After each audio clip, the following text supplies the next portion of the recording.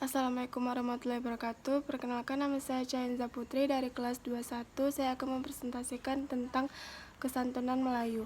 Konsep kesantunan berbangsa bagi orang Melayu tidak dapat dipisahkan dengan nilai-nilai Islam karena ajaran Islam telah menjadi suatu cara hidup yang merangkumi semua tata cara dalam kehidupan orang Melayu, termasuk berbahasa.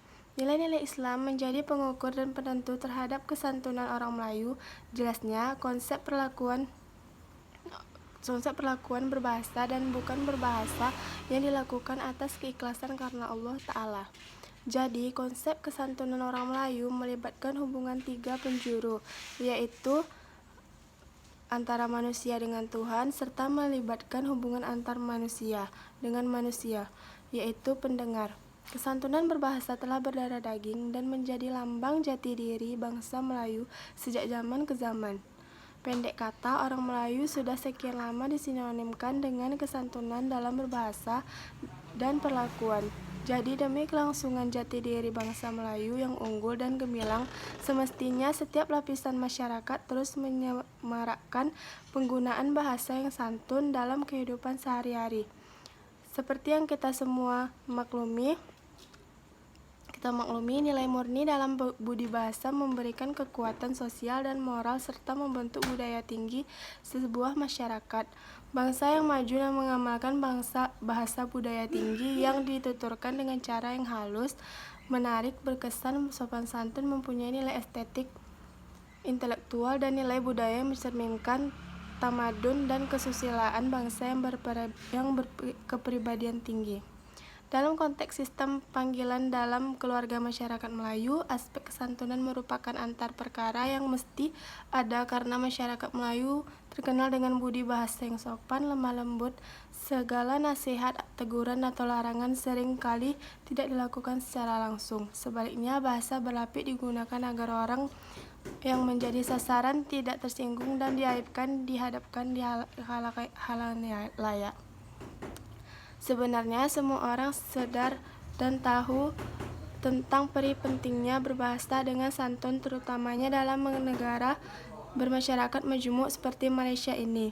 Namun akhir-akhir ini, faktor globalisasi yang melanda telah mengubah nilai dan pandangan hidup sehingga amalan budi bahasa ini semakin terhakis dalam masyarakat. Kita tidak boleh membenarkan bangsa kita hilang kesopanannya. Termasuk dalam penggunaan bahasa, setiap lapisan masyarakat perlu memastikan aspek penting dalam ketamadunan bangsa dan berhubungan sesama manusia tidak terhakis semata-mata karena kita mau terlihat modern, maju, dan canggih. Jadi amatlah wajar seluruh rakyat Malaysia tanpa mengira bangsa menguasai segala santun dan peraturan dalam bahasa Melayu seperti gelaran kekeluargaan, gelaran pergaulan, kata-kata luar-luan, dan kata silaan supaya budaya beradab dalam bahasa dapat dikekalkan. Budi bahasa dan ketatasusilaan semasa kita berwacana atau berbahasa akan menjadi titik penentu lambang dan citra diri serta sasiah kita yang sebenarnya. Oleh karena itu, kepentingan kesantunan dan ketatasusilaan semasa berkomunikasi bukanlah sesuatu yang harus dipandang remeh. Amalan dan penerapan budi bahasa sama ada dalam komunikasi, ucapan, pertuturan, atau panggilan atau dalam perlakuan dan pergaulan dapat dipraktikkan dalam beberapa institusi, antaranya yaitu antara ibu dan bapak. Pada asasnya, ibu bapak atau keluarga merupakan orang yang pertama perlu menerapkan budi bahasa sama dengan ada secara formal atau tidak formal kepada anak. Selanjutnya yaitu antara adik-beradik. Hubungan antara adik-beradik disusun oleh urutan kelahiran, yaitu dari anak sulung kepada yang tengah dan lalu yang bungsu. Selanjutnya yaitu penggunaan kata ganti nama. Kesantunan berbahasa dalam sistem panggilan dalam keluarga masyarakat Melayu boleh dimanipulasi melalui beberapa bentuk dan penggunaan bahasa.